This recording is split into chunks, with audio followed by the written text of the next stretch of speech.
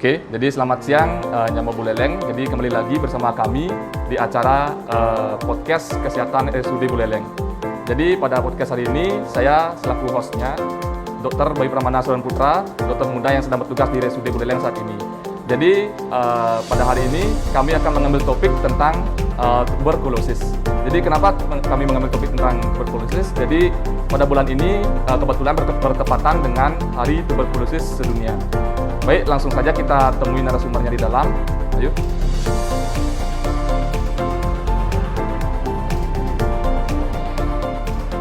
Misi dokter. Swastiastu, dok. Swastiastu, silakan dulu. Terima kasih, dok.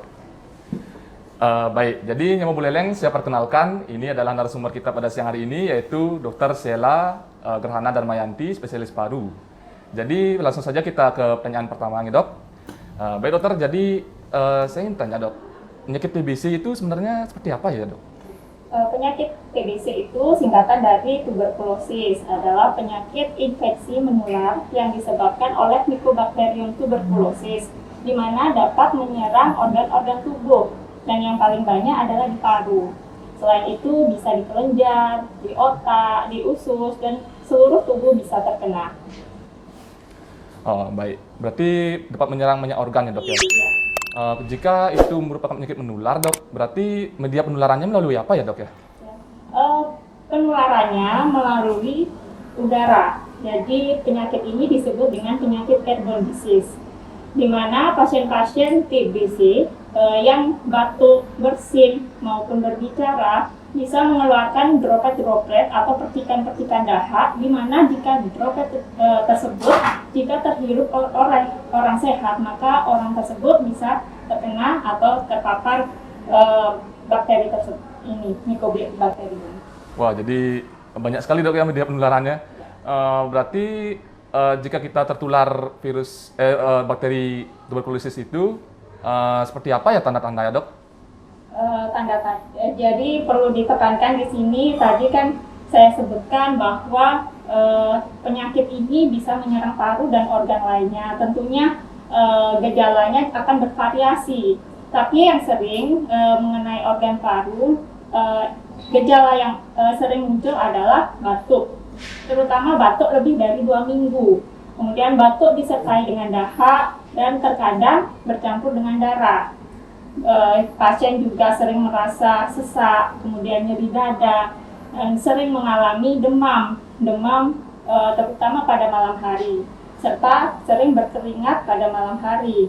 Dan ini akan mengganggu kegiatan pasien sehari-hari ya, terutama pada malam hari tampak seperti meriang-meriang terus. Pasien juga berat badannya akan turun dan nafsu makannya juga akan turun.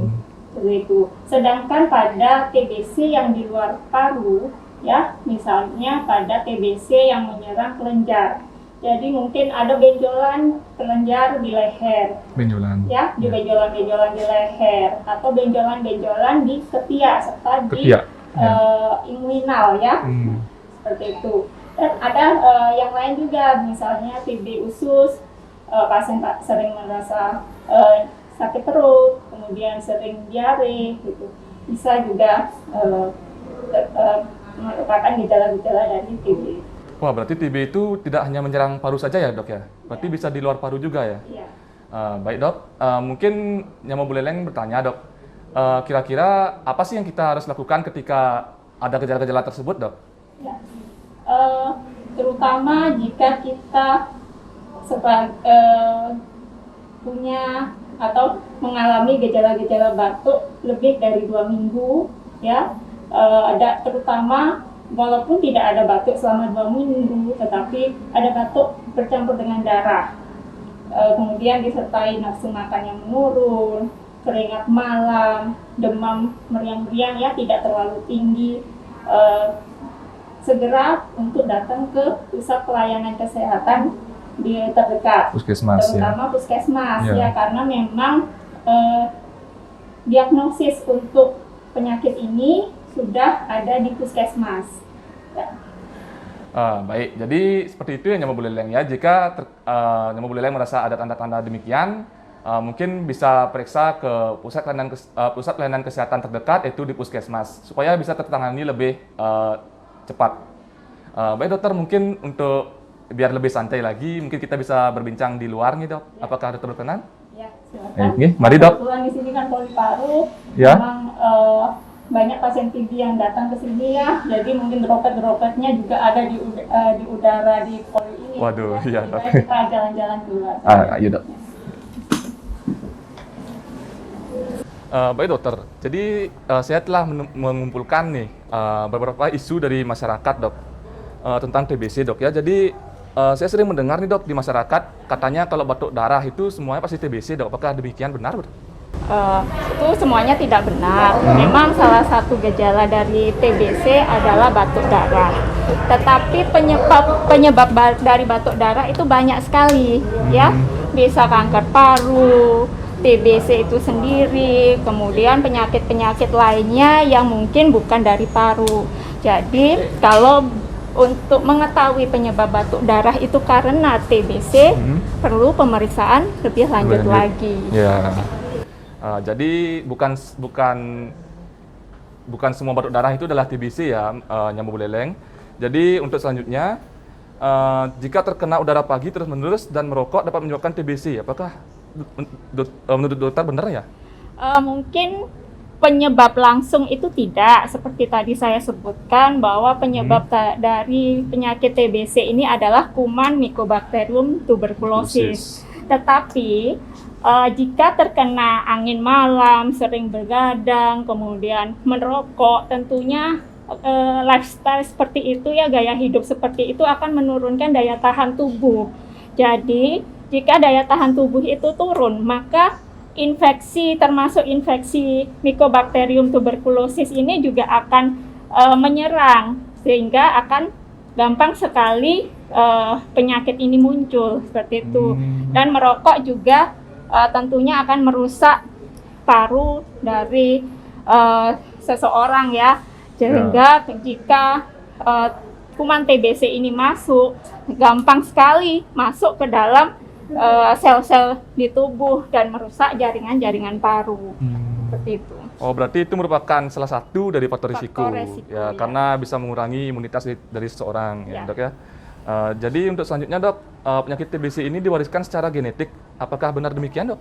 Tidak. Penyakit ini penyakit menular.